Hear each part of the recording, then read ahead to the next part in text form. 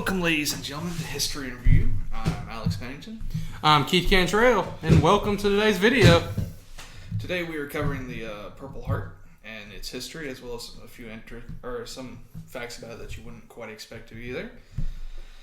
And first off, Keith, I want to ask you, so what do you think the Purple Heart is?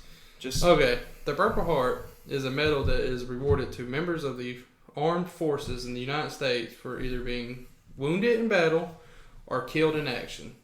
And I do know that it is one of the oldest medals in United States history. That it is. However, most people, whenever they're talking about the oldest medal in United States history, the Purple Heart didn't always start out being called the Purple Heart. It originally started as the Badge of Military Merit, which was started by George Washington back in 1782? It was 1782, and George Washington actually only awarded it to 3 men, and those men were Elijah Churchill, William Brown, and Daniel Bissell. And all 3 of those men, I guarantee you, had big dick energy. There were actually people outside of those 3 for that medal. But the thing is those 3 are the only ones that are recorded. Distinctly proven, as the book for it's been lost. Nowadays, there's quite a few groups that are dedicated to keeping various compilations of recipients and such. I know there's an official one that is, I think it was the last place that George Washington actually lived at. I have no idea where that is. It was the last place that George Washington held his encampment for the army. Do you know where that is? New Hertfordshire, I think it was something like that. We may or may not have failed our viewers on that question. We'll have some links in the description about various bits and pieces of the information that we have today. I would like to also add about how the Purple Heart looks now versus how it was back then. Back then, the Purple Heart, it was still a Purple Heart, but it was actually made of cloth, and it was stitched onto the chest of the soldier it was presented to. Which today it is not cloth. It's an actual metal. It's shaped like a heart, and it actually has former President General George Washington on the medal. And it's generally bordered with at least either gold or something that looks very much like gold around it. And I would like to also point out something I learned today while doing research is the Purple Heart costs $30. And you can actually go to a base or wherever they sell it and pay for it. And according to my research, some people don't ask for eligibility. Yeah. So I would actually watch out if you see someone that has one and are boasting about it, because they might be bullshitting you. I just wouldn't recommend trying to go do that. And on top of that, it may be you might face some time for that. Well, there is that whole stolen valor thing, and some people do get a bit too hardcore about that because there are veterans and stuff. Oh yeah, there's videos all over people getting the fuck knocked out over that stuff. I can understand if you're claiming to be a Navy SEAL or something like that, but say for instance you're just a run of the mill dude that went through, say for instance one combat deployment. I just wanted to put it out there. Watch out for fakes. Yeah, because you can watch out for fakes for just about anything. Because considering how many people are involved in military. Just information, there's probably a fake of just about everything. You'll probably find someone walking around But the problem is they don't have to get a fake if some of them can actually buy it. True, but the thing is with fakes, if you know what you're doing, yeah, you can make it. Yeah. So back on topic. But yeah, the medal kind of died off after the Revolutionary War ended because the whole purpose of the medal, that medal as well as a few others, is at the time the Continental Army was pretty well broke, considering this is a rebellion force. This is not straight up monarchy. It's farmers with guns. Yeah. So, and on top of that, just promoting every person you see doing something worthy of big dick energy, promotions, is a bad idea if you want to keep a very consistent structure in your army. So you want to be able to recognize soldiers' actions, but you also don't want to break the bank while doing it. Yeah, break the bank while doing it. So medals, stuff like, or commendations, such like that, are fantastic ways to be like, hey, we recognize what you did. Here's something you can show off to other people. Let's go. But yeah, after the Revolutionary War, it kind of died off, despite the fact many Revolutionary veterans would still go on to like have a large involvement in the Civil War. You would have thought that would have continued. Yeah, but that was something that, or that's something else you can kind of learn with military tradition and such like that is things will die off and come back randomly. Like the whole idea of battlefield promotions, there was there have been lulls in the periods of when it was actually active. Yeah. Like I was reading through like Korea, and apparently there was a time, or like it was either the entire war or there's a period in the war that they stopped doing battlefield commissions and stuff like that. Where commissions, promotions, such like that. I know things change with the rules and the military with tattoos. Like, oh yeah, 1 minute like visible tattoos are against rules. Things get a little heated. We're welcoming all parties. Yeah, even today it's like I think it's iffy depending on like which part of the country you live in. Yeah, and which fort you get stationed at. But once you're in, man, have fun. But anyways, the medal did die off, and it actually died off for about 150 years until it was revised in 1932 by General Douglas MacArthur. Which, if anyone here is a World War I and World War II nut, pops up a lot. A whole lot. And another fun fact for you, he was also rewarded the first like official named Purple Heart. He was numero uno for the medal that he revised. Which, by the way, he revised on George Washington's birthday. Birthday. Yeah, there are, if you ever talk to, like, the people who got, like, the real shit sandwiches in various wars, there's a reason why, like, officers of Purple Hearts aren't exactly seen as a very positive thing. And you won't find a lot of positive quotes about officers getting them. We've actually found a lot of generals that have gotten their Purple Heart in our research. Which, there are some that have gotten it, like, quite legitimately, but there are also some others that, like, if you ask the soldiers underneath them, they would really doubt that. But I could see it. Yeah. But the thing I like to think about with World War II and World War I, that is a fucking scary time to be in combat. And, like, you're either going to be fearless in the face of death, and let's be honest, not everybody in World War I and World War II was probably like, oh, I'm going to go die today. Well, like, especially back in World War I, like, there's a lot of places in America, like, even, like, mine in Keystone Town, which were still basically, like, 2 steps away from Wild West. Like, there were still, like, massive, like, shootouts in the streets and shit going on. So, you take your random dude and you throw him in the middle of, like, the most intense industrial war ever, especially, like, in the case of World War I. And yeah, you taking around, you probably want something that's like saying, "Hey, here, you survived. You deserve you deserved this. You deserve this medal because we literally took you from like one place that would, like, none of this would even be imaginable, and we just toss you back now." It's like your rank up in Call of Duty. Yeah. It's like you rank up in the U Prestige. But real shit. Yeah. Well, it's not even that. It's like you take a 5-year-old and you give him you turn him into a child soldier. And that's kind of like how I envision how most of the country going into World War I was like. I would like to point out, because I feel like we missed it, when Washington did make the badge, it was a little different back before it was revised and all that good business. Yeah. It was actually also to promote merit for what you've done, which we did cover that a little bit, but nowadays it's more like for wounded soldiers in combat and for soldiers that have been unfortunately killed in action, and they've come up with other medals to reward valor and merit besides the Purple Heart now. Yeah, a lot of the medals from the Revolutionary War seem to have had some role in, like, primarily saying, like, rewarding, job. saying good job, rewarding meritable actions. But then, like as time went on, our military tradition split up various ideas of those medals to very specific niches.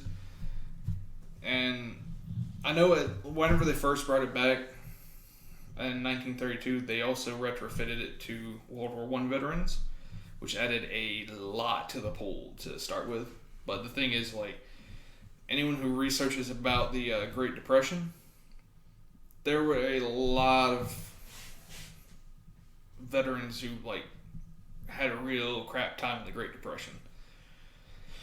And I guess that was probably one of their ways of saying, hey, we still remember your service. We're going to help you out. Like, just right now, everything's a terrible time. Kind of late, but good job. Yeah.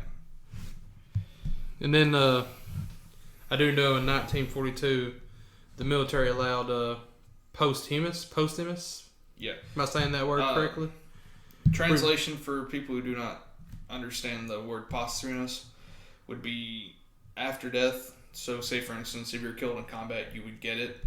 In 1932, for whenever it's retroactively added for World War One, it covered like people who died in combat, but it wasn't necessarily quite clear for going forward. But in 1942, it was pretty much set in stone after the mass loss of soldiers during Pearl Harbor, and they decided that it make it more official. Yeah. And at this time, civilians could also get it. There were various civilians during, especially like Pearl Harbor, they got it. I think fire department got it. I think it was Honolulu Fire Department. A couple of different individuals who helped out, like especially in like fighting and other methodologies about combat, got it.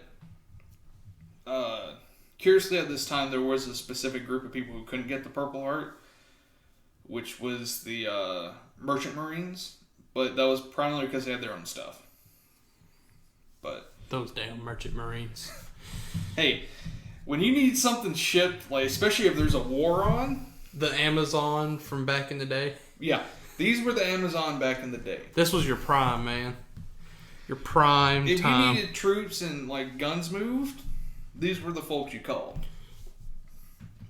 And I like to cover a year later, the only president to receive the Purple Heart did it was John F. Kennedy. Yeah. For those of you who do not know that story at all, which I know there are quite a few people who don't, John F. Kennedy was, if I remember correctly, captaining the PT boat 109, and it got hit by a Japanese vessel and cut it in half. And he ended up getting a back injury from it, but even still, he drug a burned sailor and swam 3 miles to an island. Respect. Yeah, respect to that. Respect. If I'm correct, that back injury actually affected him until his death. But his sudden death. Yeah. But later on, during his presidency, he ended up revising it in order to ensure that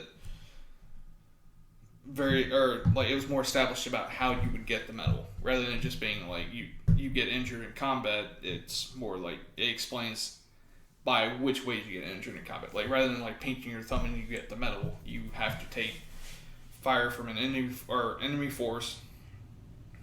I think there are some specifications he added about whether or not friendly fire was considered. Oh, if I get shot in the back by my own friend, I better.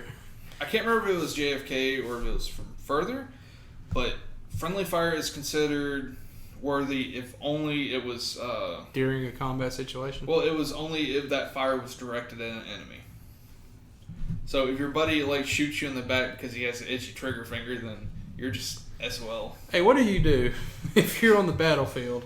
Now, picture hardcore Call of Duty real quick. I know it's a little childish to go to, but if you get killed by your buddy or get shot by your buddy on I'm more of a battlefield player, so turn around and shoot the motherfucker.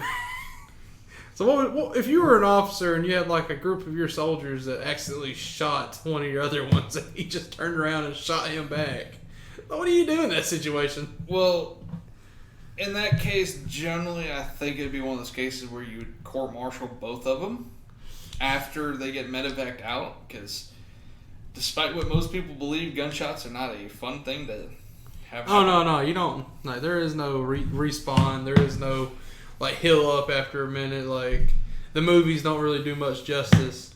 I remember when I was a nursing student, we had a patient that we took care of that sustained a .44 Magnum injury to his shoulder. Jesus! Yeah, his shoulder from close range, and he had a cavity that, like, I could fit my fucking fist in. Yeah. Which is, like, he was in immense pain.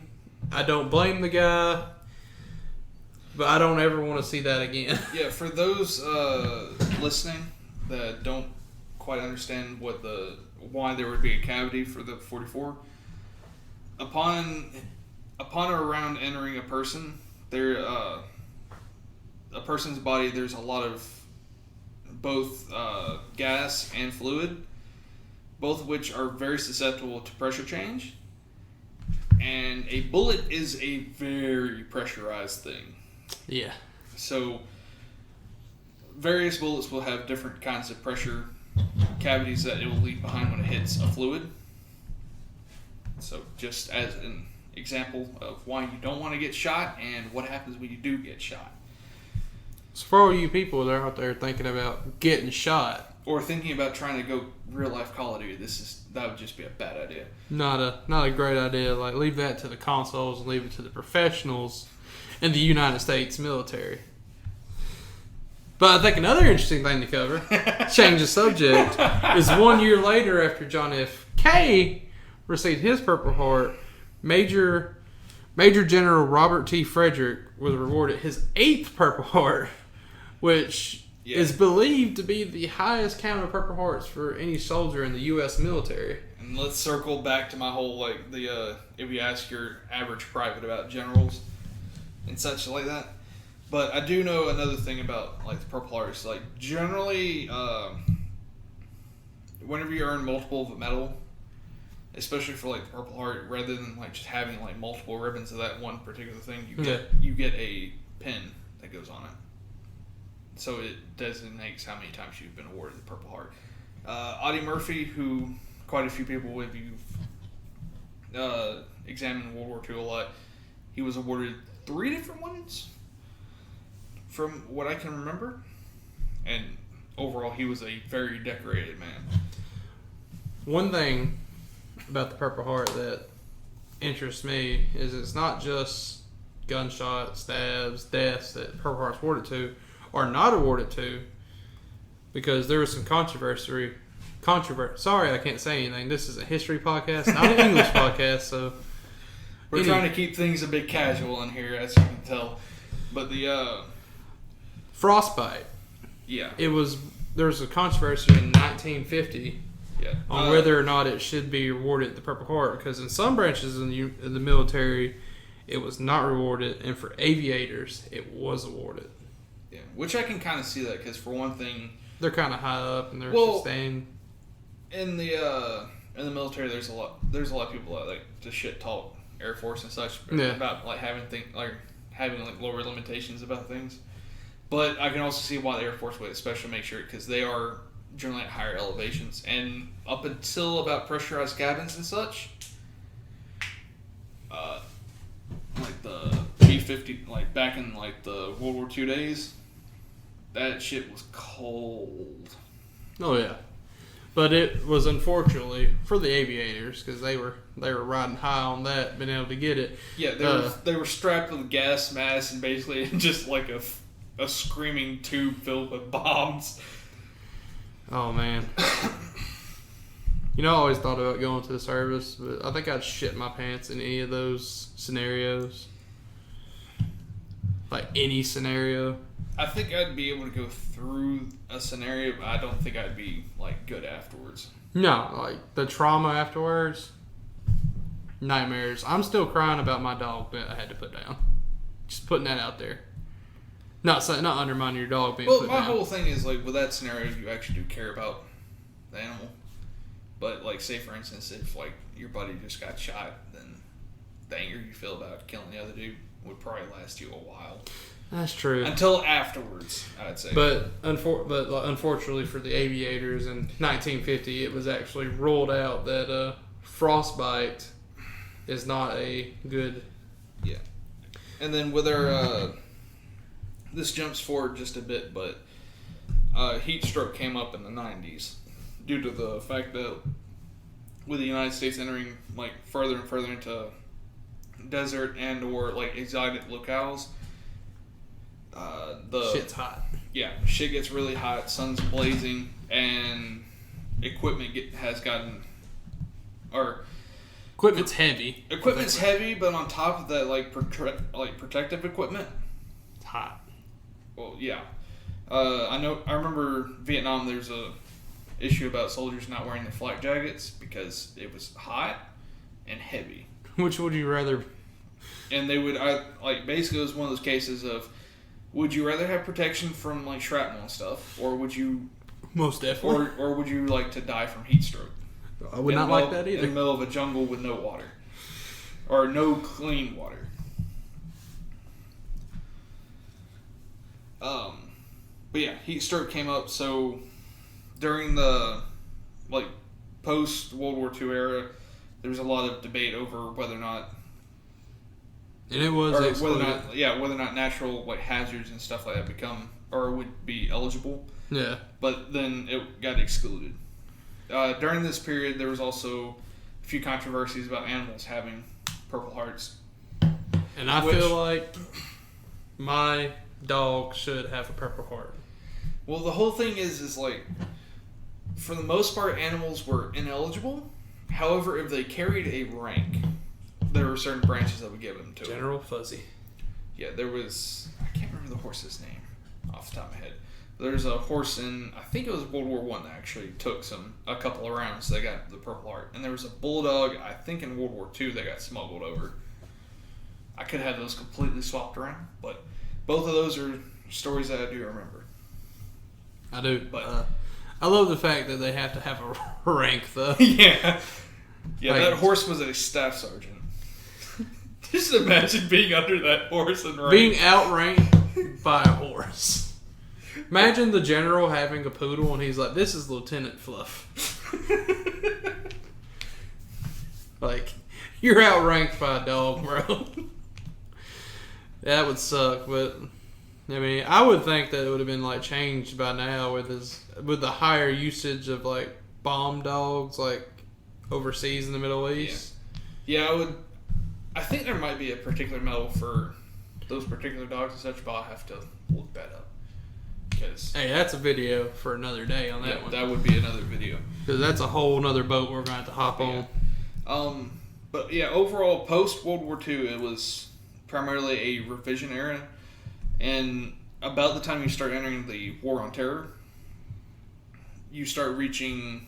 Well, this is War on Terror including Reagan era, which a lot of people don't like to include. They think mainly Bush started. But there was a lot of terrorism in Reagan era. In 84, speaking of Ronald Reagan, he signed the executive order allowing the Purple Heart to be issued for injuries suffered as a result of terrorism. Yeah. Which I feel like I guess you had to... Yeah, for the most part, like... I feel like it might have been awarded already. Like, if well, the thing is, it has to be like an organized offensive against like an organized enemy against your country. Yeah. Whereas, like, if you just have a couple of folks that are just like death to Americans, shoot a dude, then that's not really very organized. But this one basically said anything that was opposing like the United States was like eligible for being considered a enemy that would be able to like be rewarded the Purple Heart. The however, about 1997, just a few years before 9/11, is when the civilian medals ended for pretty much good. Beforehand, you had quite a few people, including war photographers, stuff like that went with troops and stuff like that, that would be rewarded the Purple Heart. Because for the most part, whenever they were there, they either helped the fighting, they helped report on the fighting, spread intelligence, stuff like that. They assisted. Excuse me. But you're not excused. But yeah, in 1997, they split it off into two different medals. Purple Heart went to military, and then you had a Department of Defense, I think, Medal of Freedom or something of the sort. I can't remember the exact name off the top of my head. But if you were a civilian contractor for the Department of Defense and you were injured or killed by a foreign force, then you would be rewarded that rather than the Purple Heart, which is considered, I think, the highest civilian honor that you can really get.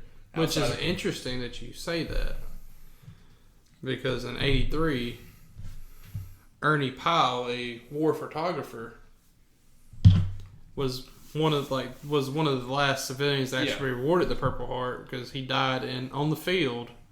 He's getting the Purple Heart, and then they eventually ruled it that civilians would get their own thing. Yeah. Which, if you know anything about Ernie Powell, was a real big time photographer throughout a lot of bullshit in American military history. Yeah. So I can assume that after him, he was one of the bigger names to get it. They were just like, hey, we need to change this over. Yeah, it was kind of a combination of things, because especially with the natural hazards, there was a push, especially from both people who received it, organizations dedicated to keeping the integrity of the medal and records of it, and a couple other different groups. They wanted to ensure that the medal had a specific purpose, and it didn't just become a catch-all and kind of lost its value. Was it kind of just thrown out willy-nilly? So, say for instance, you really want this medal to be for specific, or the whole purpose of it was to honor people who've been wounded in the military.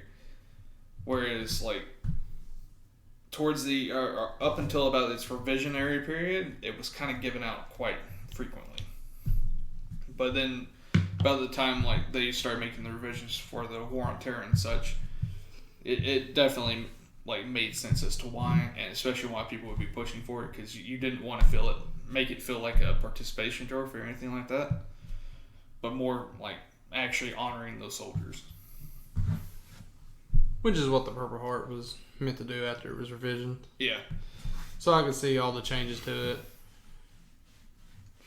I could see a group of people get mad if someone gave it to me. It's here's the Purple Heart. I was like, I don't want it. Yeah.